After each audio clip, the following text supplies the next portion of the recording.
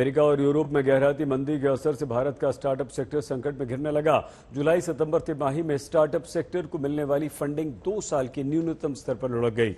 इसका कारण इस साल स्टार्टअप्स में छंटनी की रफ्तार ज्यादा तेज होने की आशंका बढ़ गई।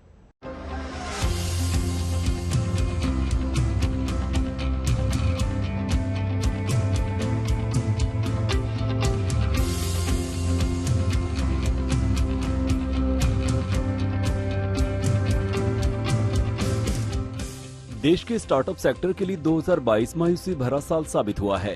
दुनिया भर में जिस तरह से स्टार्टअप सेक्टर में छंटनी हुई है, उससे भारत भी बच नहीं पाया है। भारत के स्टार्टअप सेक्टर में भी इस साल करीब 15,000 लोगों की नौकरियां जा चुकी हैं। इसकी बड़ी वजह ग्लोबल इकोनॉमी में छाई सुस्ती है। हाल ही में बायजूस ने अपनी कुल वर्कफोर्स का 5% यानी 2500 कर्मचारियों को निकालने की बात कही है। ये सब कहीं न कहीं इस बात को पुख्ता तौर पर साबित करता है कि ग्लोबल मंदी आने पर भारत के भी कई सेक्टर्स पर इसका बुरा असर होगा। स्टार्टअप सेक्टर के हालात और खराब होने की आशंका अब इसलिए भी बढ़ गई है कि जुलाई सितंबर तिमाही में स्टार्टअप्स को 205 सौदों से केवल 2.7 अरब डॉलर की रकम जुटाने में सफलता हासिल हुई है। फंडिंग का ये स्तर बीते 2 साल में सबसे कम है। वैश्विक स्तर पर देखें तो करंट बेस के मुताबिक जुलाई सितंबर तिमाही में वेंचर फंडिंग 81 अरब डॉलर रही है, जो जुलाई सितंबर 2021 के 171 अरब डॉलर के मुकाबले 90 अरब डॉलर कम है। यही नहीं, अप्रैल जून 2022 के मुकाबले में भी इस बार फंडिंग 33% घटकर 40 अरब डॉलर रह गई है। PwC की रिपोर्ट के मुताबिक जुलाई सितंबर तिमाही में महज 2 स्टार्टअप ही यूनिकॉर्न बन सके हैं। ये हालात तब है जबकि वैश्विक आर्थिक रफ्तार में अभी केवल सुस्ती आई है और हालात मंदी जैसे नहीं है। लेकिन अगर मंदी की आशंका सही साबित होती है तो फिर अंदाजा लगाना मुश्किल नहीं है कि किस तरह के हालात पैदा हो सकते हैं। मंदी की आहट भर से ही निवेशक और फाउंडर्स दोनों सावधानी बरत रहे हैं।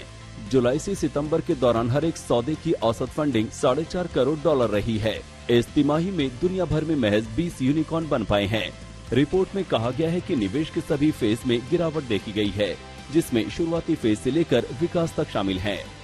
स्टार्टअप्स के सामने संकट इतना गहरा चुका है कि कई सौदे मंजूर होने के बावजूद अगर शुरू नहीं हो पाए हैं तो वो पूरे नहीं हो रहे हैं। यही नहीं, फंडिंग अगर मिल भी रही है तो उसमें नई शर्तों को जोड़ा जा रहा है और कुछ मामलों में फंडिंग की रकम को घटाया जा रहा है। अगर इस साल फंडिंग का ट्रेंड देखें तो जनवरी मार्च तिमाही में 506 सौदे हुए, जिसमें करीब 12 अरब डॉलर आए थे। लेकिन तीसरी तिमाही में सौदों की संख्या 334 रह गई और केवल 2.7 अरब डॉलर आए हैं। फंडिंग में कमी का ये सिलसिला अगले 2 से 3 साल तक जारी रह सकता है। इसकी एक बड़ी वजह लगातार बढ़ती ब्याज दरें हैं, जिनके अगले साल के आखिर तक इसी तरह बढ़ने की संभावना है। ऐसे में अगले साल अगर मंदी की आशंका सच हो गई तो फिर स्टार्टअप के लिए फंड जुटाना ज्यादा मुश्किल हो जाएगा। आदित्य केराना, आज तक।